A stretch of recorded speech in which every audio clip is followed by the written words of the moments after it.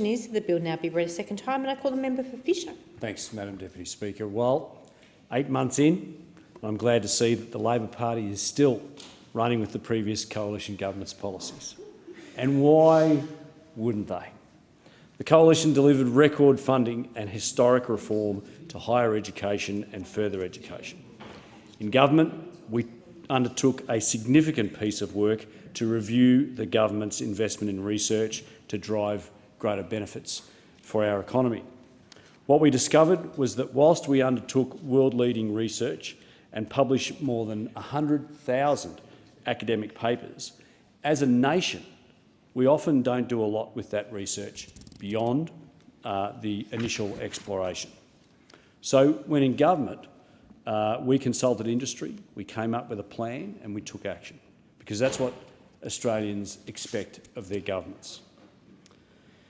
Our $2.2 billion university research commercialisation package was, and as turns out, remains focused on boosting Australia's economy and our productivity. We wanted to see those core manufacturing priorities backed by quality university research, in addition to the $1.5 billion we invested through the Modern Manufacturing Program. These priority areas were those we had identified as areas where Australia has significant comparative advantage and a strategic national interest. Those areas were 1. Medical products, 2. Food and beverage, 3. Recycling and clean energy, 4. Resources technology and critical minerals processing, 5. Defence industry, and 6. Space. I'm pleased to say that the Sunshine Coast, and I know this will come as no surprise to you, Madam Deputy Speaker, that the Sunshine Coast is playing a very large role in many, if not most, of those areas, but particularly in the manufacturing of medical products, food and beverage, and after many years of my own advocacy, in the defence space as well. That's defence, not necessarily space, which is the 6th one. I'm just seeing if you are keeping up. We also wanted to ramp up commercialisation activity at universities beyond the big cities. We wanted to see genuine and purposeful collaboration between universities and industry. And we wanted to back innovators and scholars who could deliver on those projects. We began by funding the $243 million Trailblazer Universities program to boost research and development. This saw universities like the University of Southern Queensland in regional Queensland take a lead in Australia's space industry research and commercialisation. We injected $150 million into the CSIRO Main Sequence Ventures program to back startups engaged in commercial research. And we put $296 million on the table to fund 1,800 industry PhDs and 800 fellowships over a decade. That is a very significant investment into individual research projects. We made a plan and we acted because we believe in Australia's researchers and Australia's research potential. But research without consequence is not bang for buck when it comes to federal government funding. I want to remind this government that the money in their budget is taxpayers' money. It belongs to the Australian people, whose good faith keeps us here and it decides who will govern this country for the benefit of all Australians. The Australian people expect that their money is invested in research which will improve their lives, research which can be translated into something meaningful, research which can be commercialised. That's why our university research commercialisation package included $1.6 billion for a decade-long investment into Australia's Economic Accelerator, a staged and competitive funding program to support universities to do just that. This bill will support the small businesses and local manufacturers on the Sunshine Coast and across Australia who will benefit from the commercialisation of research. It's vital that we invest in new-to-industry innovations and that we invest in our regional communities. I know, Madam Deputy Speaker, that is a topic and an issue which is very near and dear to your heart. I think of the 1-minute COVID test, which was made possible thanks to both an advancing commercialisation manufacturing grant and the research capacity of the University of Utah. It was the first product of its kind, made here in Australia, employing advanced technologies and methods drawn from cutting-edge sciences like quantum biology and the Internet of Things. With this investment, domestic universities will be able to offer a similar level of research capability in emerging fields, meaning that innovators will look to Australia first. This bill will help us stem the drain of private investment into research by backing in our research institutions as they enter the unknown in some of our most cutting-edge industries. I think of the Turbine project developed by the Food and Agribusiness Network, which both the member for Fairfax and I supported for many years. This project, based at the Sunshine Coast Airport and funded by the Coalition Government, will see the Sunshine Coast become a launchpad for primary producers and manufacturers to export their goods across the nation and indeed around the world. Both are platforms and products which have the potential to transform the local economy and global industry, born on the Sunshine Coast.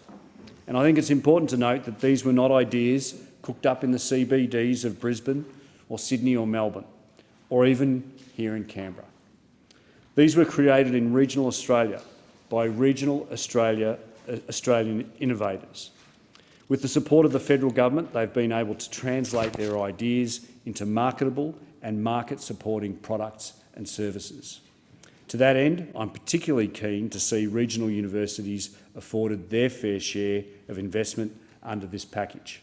And I welcome the Education Minister, who's clearly noted the content of my speech and come into the House to listen to it, and a very good thing it is too. To that end, I'm particularly keen to see regional universities, as I said, afforded their fair share of this package. I also want to see regional universities and regional industry represented at the decision-making table. Regional universities play a crucial role in supporting and delivering regional economic development strategies and in uplifting the economy, community and livability in these regions. University research can play a particularly significant role in boosting the efficiency and resilience of primary producers, in addition to the resources, healthcare and regional tourism sectors. In my own patch, Madam Deputy Speaker, I'm very proud to say that the University of the Sunshine Coast is doing just that. Fisher is a thriving regional community with rural localities relying on primary industries like agriculture and fisheries, which are engaged in our retail, tourism and professional services sectors. These are the areas which the University of the Sunshine Coast is having a remarkable impact. Since 2016 alone, UniSC has delivered nearly $25 million worth of international agriculture research into forest biosecurity, sustainable fisheries, building supply chain resilience for fruit growers, pearl miners and seaweed exporters. Queensland great Professor Peter Timms has led world-leading research into vaccine development, most notably for the protection of our endangered koalas and the problems they have with chlamydia. The university's work in mapping our local emerging innovation ecosystem to guide what some are calling the Silicon Coast has led the Sunshine Coast's successful efforts in being named a smart city both at home and abroad. As the Education Minister is here, I'm going to take the opportunity just to highlight, because I appreciate he's relatively new in the job and he may not have heard of the Thomson Institute on the Sunshine Coast, which is attached to the University of the Sunshine Coast, an institution which has been funded by the previous government to the tune of $20 million in providing research funding for things like post-traumatic stress disorder. So we're building, or they're building, the first PTSD centre or a research facility in the country dedicated to PTSD. And Thomson Institute have been doing some amazing work in neuroscience research. We all know that we're suffering from the scourge of mental health problems in this country, and rather than just loading people up with drugs, what Professor Jim Logopoulos is doing at the Thomson Institute is groundbreaking research work.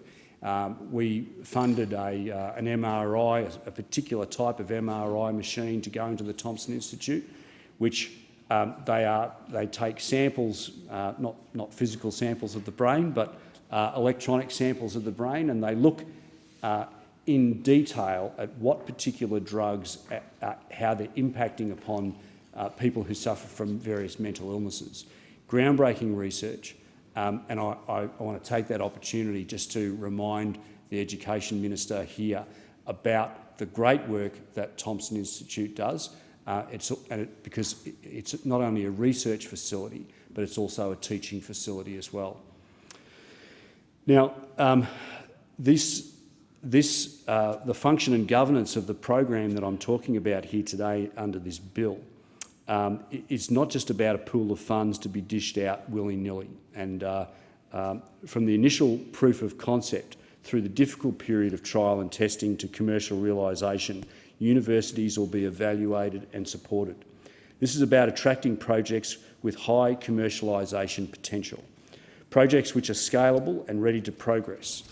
Not theoretical or philosophical propositions, but tangible and practical outcomes for the market and the Australian community. Strict governance and industry engagement will see this funding invested where it will reap the best dividends. This includes an advisory board which draws upon the collective experience of industry, government, both the university and corporate sectors. The work of the board and the program outcomes will be distilled into an annual report provided to the Parliament, presented by the Minister. I note that the report will look at the regulatory, financial and cultural barriers that exist for commercialising our research and propose opportunities to address these barriers. I want to call on the federal government and the advisory board to ensure, and now that the Minister here is here as well, I want to reiterate that geographical barriers and disparities affecting regional Australian universities are considered and represented in decision making. This is about giving regional unis, regional industries and regional academics a fair go. We don't want to see all of these funds go to the major universities in our largest cities. It's also about providing clarity, structure and certainty to newly created research opportunities and pathways. This includes embedding researchers in industry settings and engaging industry and businesses more comprehensively in the process of research and in research outputs. It looks like companies hosting PhD students and postgraduate researchers, a model which will provide benefits to industry, individuals and the institution itself. This kind of approach will boost researcher employability beyond academia and will equip universities with the knowledge and platform to foster employment, work experience and financial partnership opportunities. In other words, Madam Deputy Speaker, the program provides a chance for meaningful collaboration across sectors and allows universities to back in highly skilled workforces in critical sectors. I'm also pleased to see a new suite of Australian Research Council fellowships to acknowledge and reward our academics who collaborate with industry to drive the translation and commercialisation of their research into products, services and employment outcomes. This is about building career pathways in innovation for scholars and graduates. And it's about turbocharging Australia's research commercialisation capabilities at regional and global levels. I look forward to a whole new cohort of ARC fellows from UniSC and regional universities across the country tackling a variety of issues across those industries and others. As I said from the outset, Madam Deputy Speaker, I support this bill because it's a good bill, and it's a good bill because it's a coalition bill. Once again, the Labor government has little plan for research commercialisation, so they've taken ours, but I'm not complaining. It just shows once again that the coalition is on the side of small businesses, manufacturers and regional universities. The coalition is on the side of Australians who want to have a go. We are the party of the pioneer Australians. We are the party of the Australian dream, of the hard worker, the innovator and the change maker. We are the party of regional Australians and I'm proud to speak on their behalf today.